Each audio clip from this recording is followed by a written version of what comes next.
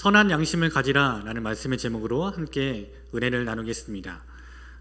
혹시 학창 시절에 무감독고사를 또 해보신 적이 계십니까? 계세요? 네, 좋은 학교네요. 네, 원래 제 학교를 얘기하려고 했는데 무감독고사 하면 감독관이 없는 이제 시험을 말하는 거잖아요. 그러면 감독관이 없으면 학생들이 컨닝을 할까요, 안 할까요? 안 하나요? 컨닝을 하는 친구들도 있을 것이고 또 안 하는 친구들도 있겠죠. 근데 컨닝을 하는 또 친구들을 보면 나도 컨닝 한번 해볼까라는 유혹이 또 들 수도 있을 것입니다. 그런데 제가 다녔던 학교는 아무도 컨닝을 안 했습니다. 거짓말이 아니고 진짜입니다. 네, 저는 인천의 제물포고등학교를 나왔는데요. 들어보셨나요? 그래요? 춘천까지 우리 학교가 네, 이 제물포고등학교는 무감독고사로 유명한 학교입니다. 제가 딱 제물포고등학교 입학했을 때 우리 학교는 전통이 무감독고사다라고 얘기를 하더라고요. 그래서 속으로 생각했죠. 아니 그러면 다 컨닝하는 거 아니에요? 근데 제가 경험해 보니까 다들 컨닝을 안 하더라고요. 눈길조차 주지 않고 컨닝을 해야겠다라는 생각조차 들지 않을 정도였습니다. 참 신기하죠. 대부분 우리가 학창시절 선생님으로부터 시험 시간에 듣는 소리는 무엇인가요? 야, 눈동자 돌리지 마라, 야, 고개 들지 마라, 컨닝하다가 걸리면 알지, 이런 게 일반적으로 우리가 시험을 보다가 듣는 선생님의 소리입니다. 근데 제가 다녔던 학교는 이제 선생님이 시험지만 딱 나눠주고 바로 그냥 나가세요. 쿨하게 나가십니다. 그리고 이제 10분 전에 오셔서 시험지를 걷어가십니다. 그렇다면 이 제물포고등학교 학생들이 컨닝을 안 하는 비결은 어디에 있었을까요? 네, 오늘 제목을 보시면 알겠죠? 양심에 있었습니다. 제가 다녔던 학교는 양심을 강조하고 양심을 교육시켰던 학교였어요. 항상 시험을 보기 전에 저희는 항상 선서를 하고 시험을 봤습니다. 그 선서가 무엇이냐면 PPT를 한번 띄워봐 주시겠습니까? 선서, 무감독고사는 양심을 키우는 우리 학교의 자랑입니다.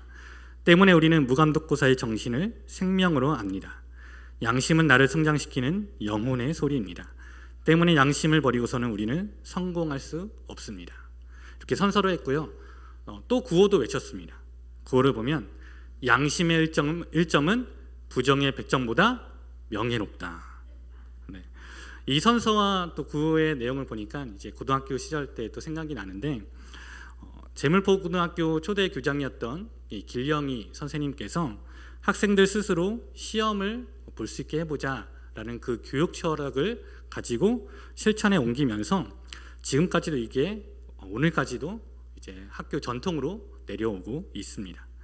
우리가 이 세상을 살아가다 보면 남들보다 더 많은 것을 가지고 싶고 또 남들보다 더 좋은 것을, 남들보다 더 높은 점수를 받고 싶은 생각이 누구에게나 당연히 있습니다.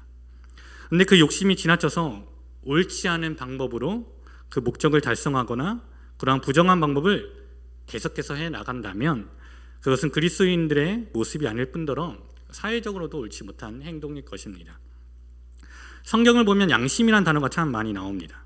그리고 성경에 나왔던 믿음의 선진들을 보면 다 양심을 따라 살아갔던 사람이었음을 우린 보게 됩니다. 사도 바울은 이렇게 말합니다. 나는 범사의 양심을 따라 하나님을 섬겼노라.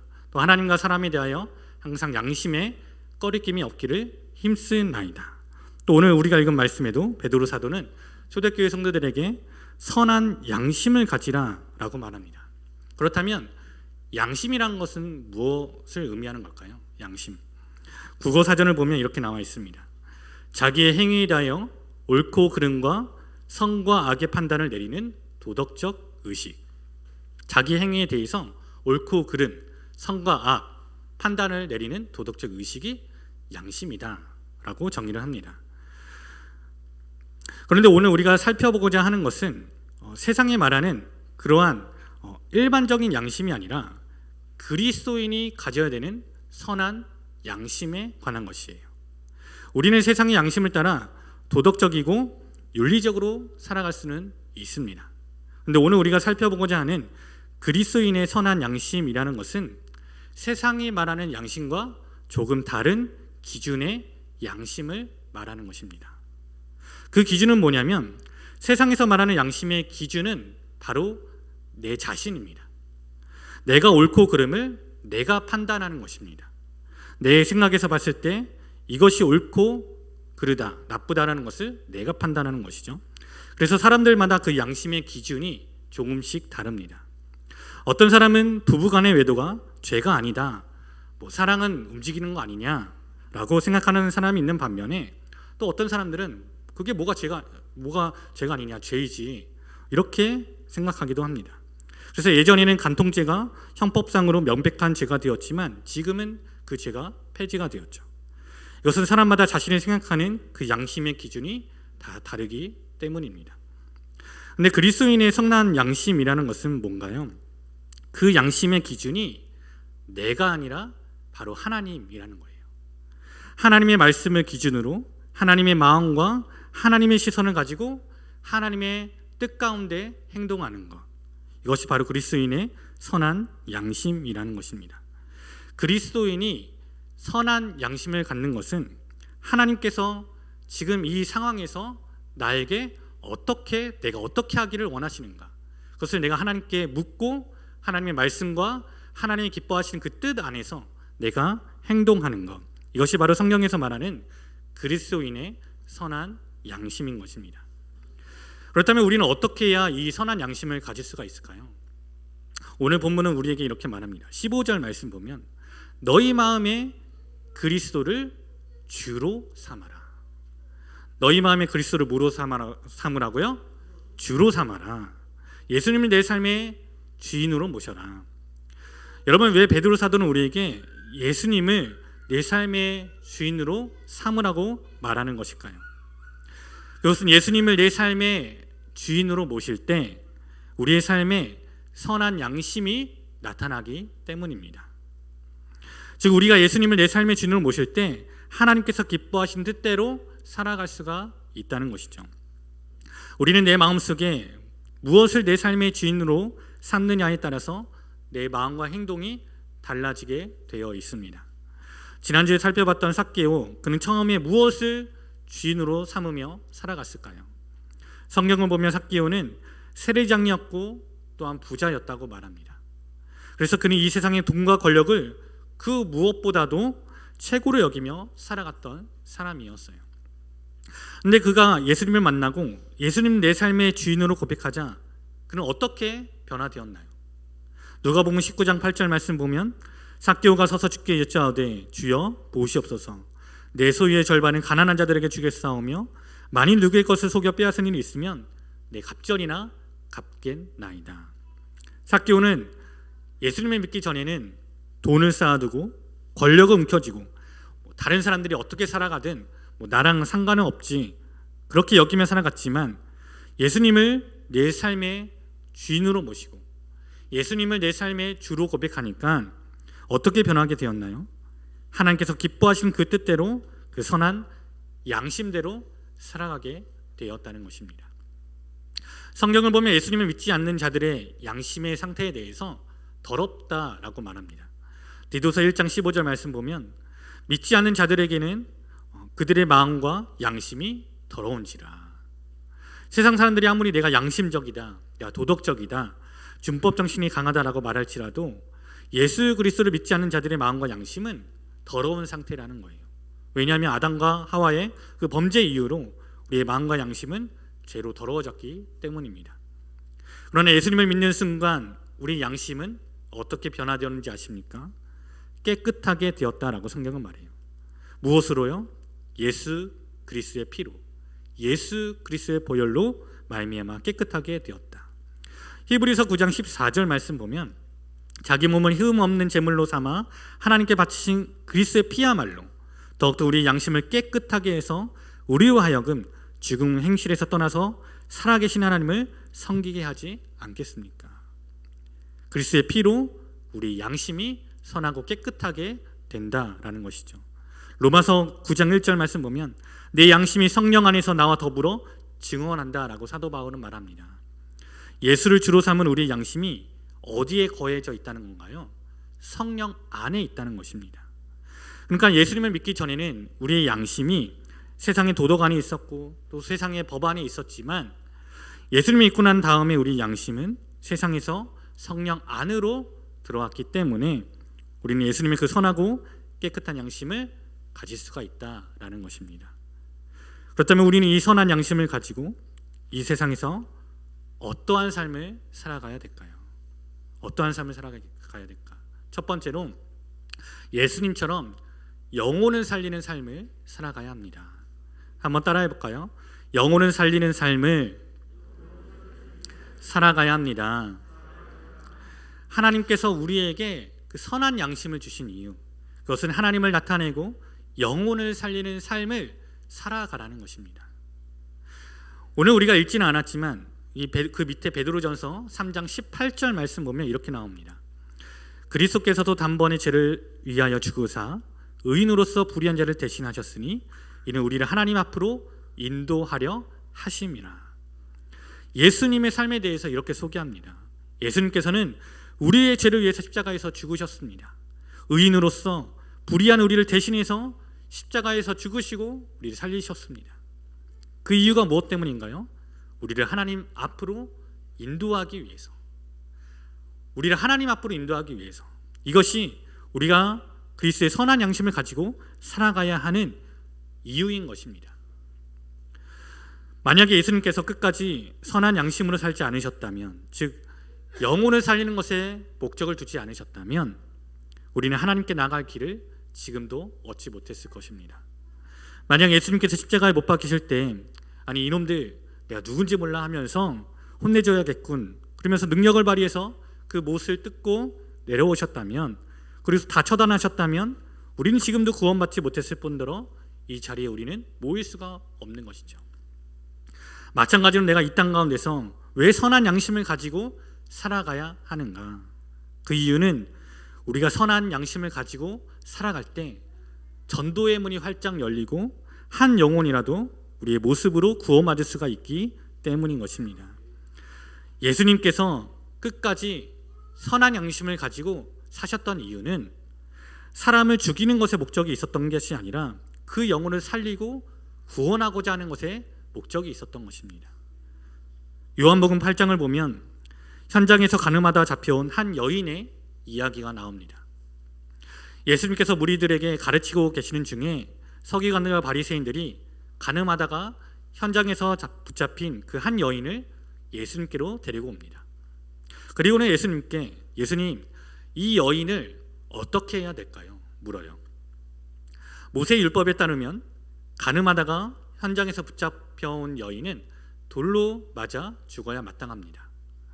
그래서 만약에 예수님께서 이 여인은 율법에 따라서 돌로 쳐서 죽이시오 라고 했다면 예수님은 평소에 어떻게 말씀하셨나요? 원수를 사랑해라, 또 용서해라, 그렇게 가르쳤던 분이신데, 그렇게 되면 예수님의 평소에 가르친 것과는 다 위배가 되는 그런 모순의 상황이 발생하게 되는 것이죠. 그렇다면 이때 예수님께서는 어떻게 하셨을까요? 가만히 몸을 숙이시더니 땅에 무언가를 쓰십니다. 그리고 다시 고개를 드시더니 사람들에게 이렇게 얘기해요. 너희 중에 죄 없는 자가 돌로 치라. 그 누구도 그 여인을 향해서 돌을 던지지 못했습니다. 그런데 예수님께서 다시 몸을 쓰시더니 또 땅에 글씨를 무언가를 쓰시기 시작하는 거예요. 그러자 거기에 있던 모든 사람들이 양심의 가책을 느껴서 여인과 예수님을 떠나갔다라고 성경은 말합니다. 그리고 나서 사람들이 다 떠나가자 예수님께서는 그 여인에게 이렇게 말씀하시죠.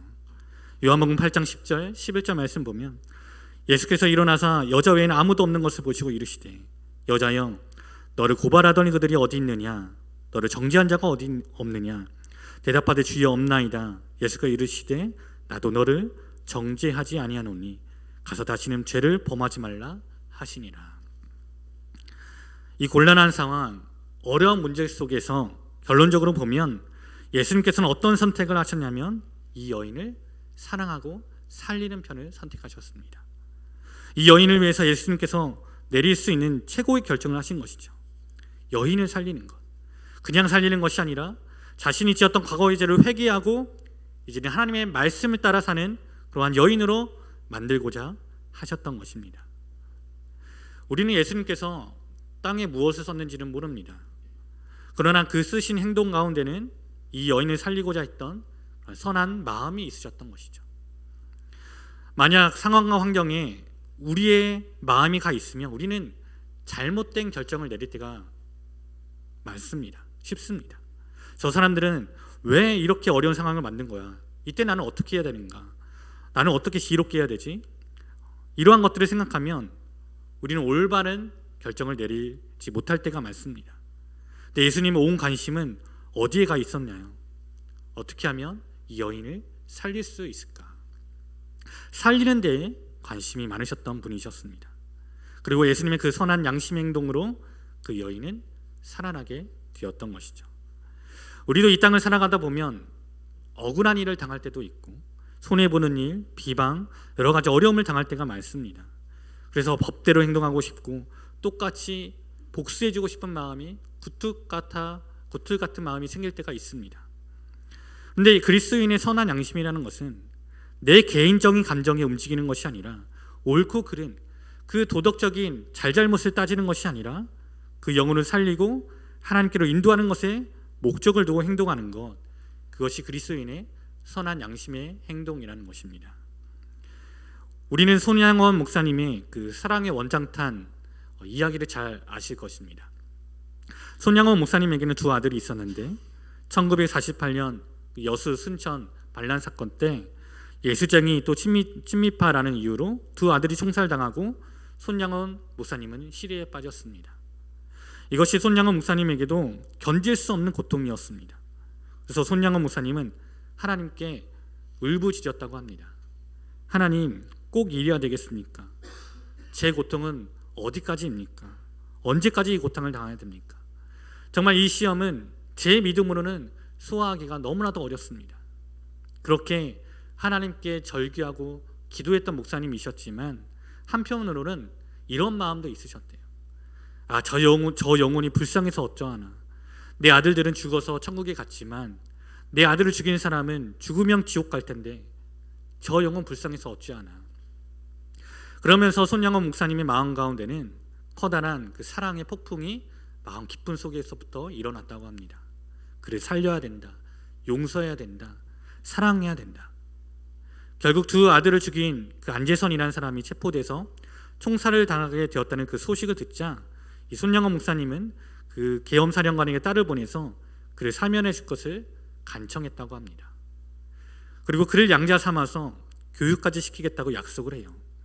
근데 손양원 목사님의 그 딸이 이제 대신 그 메시지를 전달해야 되는데 나는 그 편지를 전달할 수 없다라고 반항을 했다고 합니다. 그러자 손양원 목사님께서 그 자신의 말을 듣지 않는 그 딸에게 이렇게 설득했다고 해요.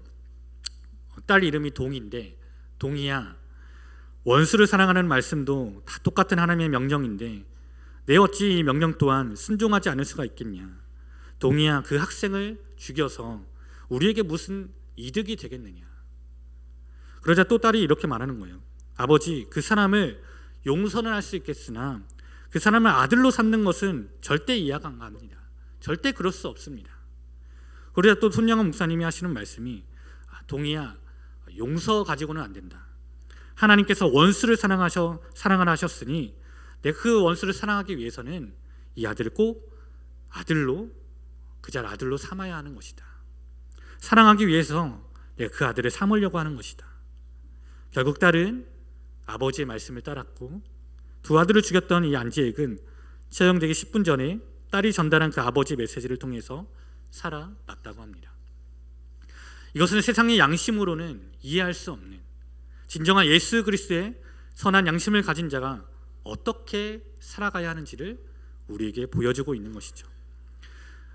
이렇게 우리가 예수 그리스도의 그 선한 양심을 가지고 살아가야 하는 이유는 한 영혼을 살리고 한 영혼을 구원하기 위함인 것입니다. 우리의 선한 양심을 통해서 한 영혼이 구원받고 주님께로 돌아올 수가 있기 때문이죠. 두 번째로 우리가 예수 그리스도의 선한 양심을 가지고 우리는 어떠한 삶을 살아가야 하냐면 나의 유익이 아닌 남의 유익을 구하며 살아가야 합니다. 우리 고린도전서 10장 23절 24절 함께 읽어보겠습니다. 시작.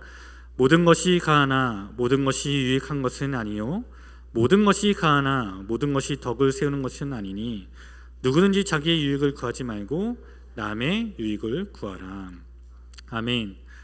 이 말씀의 배경을 살펴보면 이 당시 이 고린도 교회 안에는 문제가 하나 있었습니다. 그것은 우상에게 바쳐진 음식을 먹는 것이 옳으냐 옳지 않냐라는 문제였어요. 고린도 교회 안에도 이것은 우상에게 바쳐진 음식이니까 먹으면 안 된다, 이것은 우상 숭배나 다름없다라고 말했던 사람들이 있었던 반면에 또 한쪽에서는 아니다, 먹어도 된다, 괜찮다, 아무 상관없다 라고 말하는 사람들이 있어서 교회 안에서 나뉘어졌습니다. 이 부분에 대해서 사도 바울은 어떻게 이야기하고 있냐면, 내가 하나님 앞에서 그리고 내 주관적인 생각으로는 우상에게 바쳐진 음식을 먹는 것, 그것은 전혀 문제가 되지 않는다. 왜냐하면 하나님께서 주신 음식 중에는 부정한 것이 없다, 하나님께서 다 허락하셨다 이라고 말합니다. 뿐만 아니라 우상은 존재하지 않는, 실제가 없는 그런 허구에 불과하기 때문에 우상에게 바쳐졌다 할지라도 그 음식이 부정해지는 것은 아니다라고 말하는 것이죠. 그래서 우상에게 바쳐졌다 할지라도 그것을 먹는 것은 신학적으로도 하나님 앞에서 전혀 꺼리낌이 없고 전혀 문제가 되지 않는다라고 말해요. 그런데 여기서 끝나지 않습니다. 사도 바울은 우리가 하나님 앞에서 생각할 것뿐만 아니라 믿음이 연약한 자나 불신자들까지도 생각해야 된다라고 말합니다. 혹여나 믿음이 연약한 자나 혹은 불신자들이 우상에게 바쳐진 음식을 먹는 것을 보고 혹시라도 실족해 하거나 실망하는 일이 일어날 수 있다면 우상에게 바쳐진 음식은 먹지 않는 것이 낫다라고 결론을 내려요. 지금 바울은 누구의 입장에서 생각하고 말하고 있나요? 내 입장이 아니라 다른 사람들의 유익을 위해서 생각하면서 자신이 이 선한 양심을 어떻게 지키며 행동해야 할지를 결정하고 있는 것이죠. 이것은 오늘날 우리가 가질 수 있는 질문 중에 이런 것과 같다고 볼 수가 있습니다. 여기에 청년들도 있고 또 직장을 다니시는 분들도 많이 계실 텐데, 목사님, 크리스천들은 술을 마셔도 될까요? 성경에 술 취하지 말라라는 말만 있지 술 먹지 말라는 말은 없잖아요. 그리고 술 먹는 게 죄인가요? 여러분들은 어떻게 생각하시나요? 크리스천들은 술을 마셔도 되는 것일까요? 제가 만약 술을 마신다면 여러분들은 어떻게 생각하시겠습니까? 아니, 목사가 어떻게 술을 마실 수가 있어 하면서 실망하시겠죠. 저는 제 개인적으로 크리스천들이 이 술을 마시는 것 자체가 죄다라고 말할 수는 없을 것만 같습니다. 술을 마신다고 지옥에 가는 것도 아니고 술을 마신다고 그 사람의 믿음이 약하다라고 섣부르게 판단할 수는 없을 것만 같습니다. 그렇다고 목사님이 술 마시는 것이 죄가 아니래 라고 했으니까 술 마셔도 되겠네 이렇게 생각해서는 또 안 되는 것이죠. 성직자들은 술이 악하거나 나빠서 안 마시는 것이 아니라 술을 안 마시는 이유가 크게 두 가지 때문이라 생각을 합니다. 첫 번째는 판단력이 흐려질 수 있기 때문이에요. 이런 말이 있죠. 처음에는 사람이 술을 마시지만 나중에는 술이 사람을 마신다. 술을 한두 잔 마실 때 괜찮았는데 마시다 보면 취하게 되고, 취하면 내 의지와는 상관없이 우리는 판단력을 잃어버리기가 쉽습니다. 성경에도 그런 사람이 등장하는데 바로 노아예요. 창세기를 보면 노아의 행동에 이렇게 말합니다. 포도주를 마시고 취하여 그 장막 안에서 벌거 벗은지라. 노아는 자기가 벌거 벗은지도 몰랐어요. 왜냐하면 술에 취했기 때문에. 술 자체가 나쁘거나 악한 것만은 아니지만 술에 취해서 하나님과 세상 안에서 죄악을 행할 수 있는 그 확률이 크기 때문인 것입니다. 그리고 술을 마시다 보면 우리는 나도 모르게 술에 의존하게 되죠. 그러면 하나님보다 술을 더 의지하게 되고 의존하게 됩니다. 그래서 크리스찬으로 살아가는 우리는 늘 술을 조심하고 피해야 하는 것입니다. 그리고 두 번째로는 우리가 다른 사람들에게 시험거리를 주지 않기 위해서인 것입니다. 아까도 말씀드렸듯이 우상에게 바쳐진 제물에 대해서 사도 바울은 제물을 먹는 모습을 보고 믿음이 약한 자가 시험에 든다면 어떻게 하라고 말하나요? 먹지 말아라 라고 말합니다. 술도 마찬가지예요. 크리스천들이 술을 마시면 절대 안 되는 것은 아니지만 누군가에게 그것이 시험이 될 수 있다면 우리는 마시지 말아야 합니다. 나는 저 집사님이 술을 안 마실 줄 알았는데, 나는 저 장로님이 술을 안 마실 줄 알았는데 실망했어. 세상 사람들과 별반 다를 게 없네. 이것이 시험거리가 된다면 우리는 마시지 말아야 하는 것입니다. 여러분, 선한 양심대로 살아가는 삶은 나만 신경 쓰고 나만 조심하는 것이 아닙니다. 내 이웃도 신경 쓰고 남의 유익을 구하며 살아가는 것이 진정한 선한 양심대로 살아가는 삶의 모습인 것이죠. 단순히 술을 마셔도 되는가 안 마셔도 되는가 그런 문제가 아니라 늘 술은 조심해야 하는 것입니다. 술로 인해서 내 판단력이 흐려지지 않도록, 또 다른 사람들이 시험에 들지 않도록 늘 조심해야 하는 것이죠. 이렇게 다른 사람들의 유익과 시험에 들지 않도록 사는 삶, 그것이 이 땅을 살아가는 선한 양심을 가진 자가 해야 되는 행동인 것입니다. 말씀을 정리하겠습니다. 여러분, 우리는 선한 양심을 가지고 이 땅을 살아가야 합니다. 그리스도인이 가져야 될 이 선한 양심이라는 것은 세상에서 말하는 그런 일반적인 도덕적인 그런 양심이 아닌, 지금 이 상황에서 하나님께서는 나에게 내가 어떻게 하기를 원하시는가, 그것을 하나님께 묻고 하나님의 말씀과 하나님 기뻐하신 뜻 안에서 행동하는 것이 선한 양심인 것입니다. 이 선한 양심은 예수 그리스도의 보혈의 피로 깨끗하게 된 양심이고, 예수 그리스도를 늘 나의 주로 삼을 때 나타나는 양심인 것입니다.